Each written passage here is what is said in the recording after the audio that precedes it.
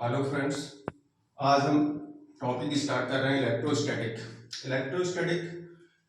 This video is important for intermediate student in all board, CBSE, ICSE and UP board.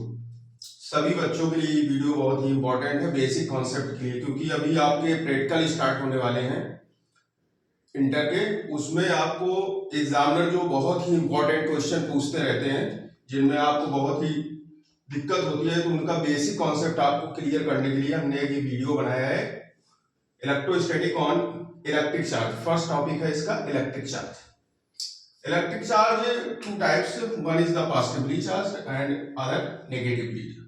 Positive atom repels each other like a negative charge atom, but in case of positive and negative it is attract. यहाँ पे क्या होता है, यहाँ repulsion होता है और इस जगह पे क्या होता है, अट्रैक्शन। जहां अपोजिट चार्ज होते हैं तो अपोजिट चार्ज में क्या होता है, अट्रैक्शन होता है।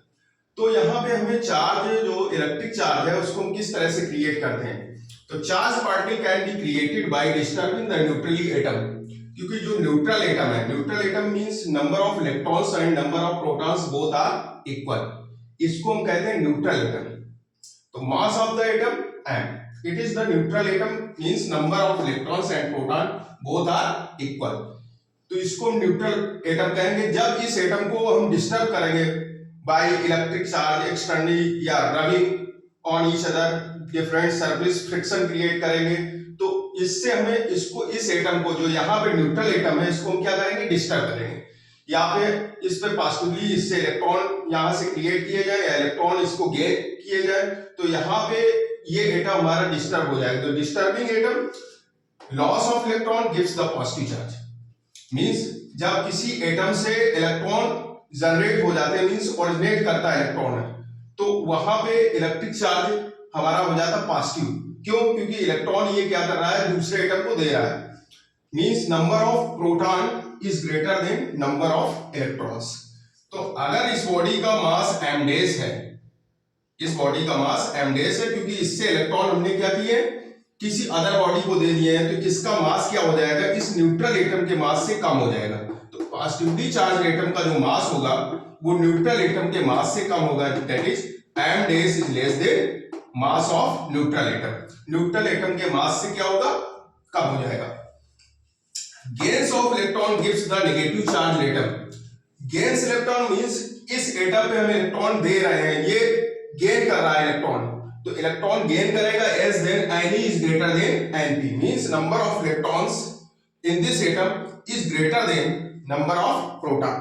जब इलेक्ट्रॉन की नंबर इस पे बढ़ जाएगा, इलेक्ट्रॉनिक चार्ज आपको पता है 1.6 into 10 power minus 19 कूलम, जब इलेक्ट्रॉनिक चार्ज इस पे बढ़ेगा, that is mass of this atom is greater then mass of neutral atom. Neutral atom के मास से इसका मास इंक्रीज कर जाता है। तो आप मास से भी डिफाइन कर सकते हैं इनको, क्योंकि जो न्यूट्रल एटम का मास होता है वो m है, और इस m को जब हम इलेक्ट्रॉन किसी एटम से ले लेते हैं तो वहां पे मास उसका कम हो जाता है, then m dash is less than m। और जब इलेक्ट्रॉन किसी एटम को दे रहे हैं हम, मींस इलेक्ट्रॉन के नंबर इस पे बढ़ रहा है, Ne is greater than Np। इस कॉन्सेप्ट को आप क्लियर कर लें, Ne is greater than Np, तो mass of this atom means जो पॉजिटिवली चार्ज एटम है, जो नेगेटिवली चार्ज एटम है, उस पे हमें क्या होगा, उसका जो मास होगा वो न्यूट्रल एटम से ज्यादा होगा। तो इस तरह से आप कॉन्सेप्ट को, इलेक्ट्रिक चार्ज के कॉन्सेप्ट को आप क्लियर कर सकते हैं। इसको आप नोट कर लें, बहुत ही इंपॉर्टेंट है ये।